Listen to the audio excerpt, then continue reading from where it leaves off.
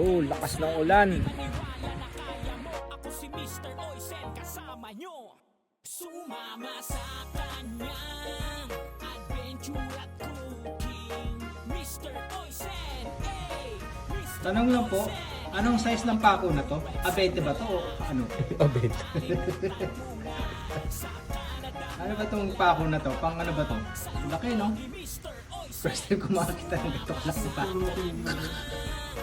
Lipit ng pako na to. Laki no?